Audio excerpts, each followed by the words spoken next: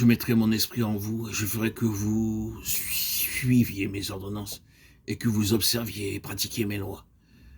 Vous habiterez le pays que j'ai donné à vos pères. Vous serez mon peuple et je serai votre Dieu.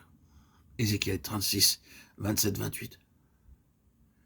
Si quelqu'un est en Christ, il est une nouvelle créature, des choses anciennes sont passées. Voici, toutes choses sont devenues nouvelles. 2 Corinthiens 5, 17.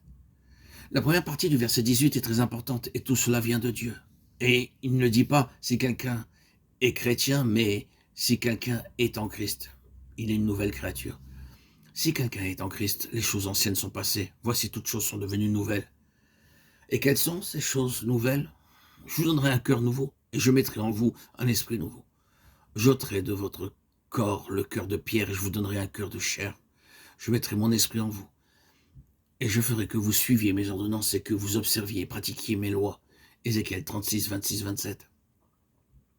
C'est la première chose qui survient. Je mettrai en vous un cœur nouveau. Le premier grand changement qui s'opère en une personne qui a reçu un cœur nouveau, c'est qu'elle aime les choses célestes. La deuxième chose que Dieu nous donne, c'est une bonne conscience. Toutes les souillures causées par des pensées et des actions pécheresses doivent être lavées par le sang de mon Seigneur.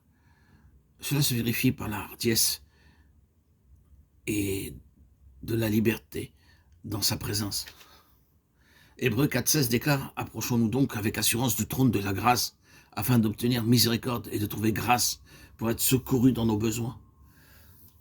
Ne crains point, petit troupeau, car votre Père a trouvé bon de vous donner le royaume. » Luc 12, 32. Nous recevons une nouvelle nature, c'est la troisième chose nouvelle, lesquelles nous assurent de sa part les plus grandes et les plus précieuses promesses, afin que par elles vous deveniez participants de la nature divine, en fuyant la corruption qui existe dans le monde par la convoitise. De Pierre 1, 4. Dieu nous donne une nature divine, sainte et pure, parce que notre nature pécheresse ne peut pas être améliorée par l'effort humain. Lorsque nous acceptons le Seigneur Jésus-Christ comme notre Sauveur, nous entrons dans une septuple participation. Premièrement, en acceptant le Seigneur Jésus-Christ comme notre Sauveur, nous participons au Saint-Esprit. Deuxièmement, nous devenons participants de la sainteté de Dieu. Troisièmement, nous participons à une vocation céleste.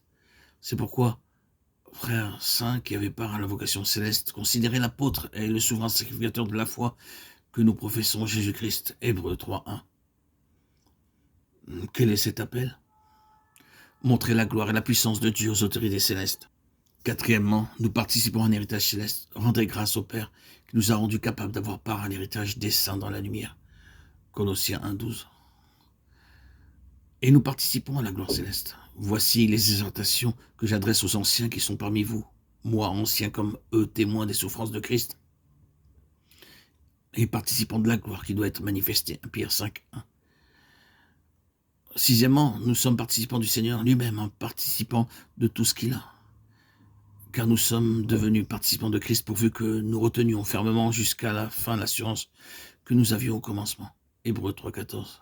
Et septièmement, nous devenons participants de la nature divine. Nous entrons dans cette septuple participation spirituelle en acceptant Christ.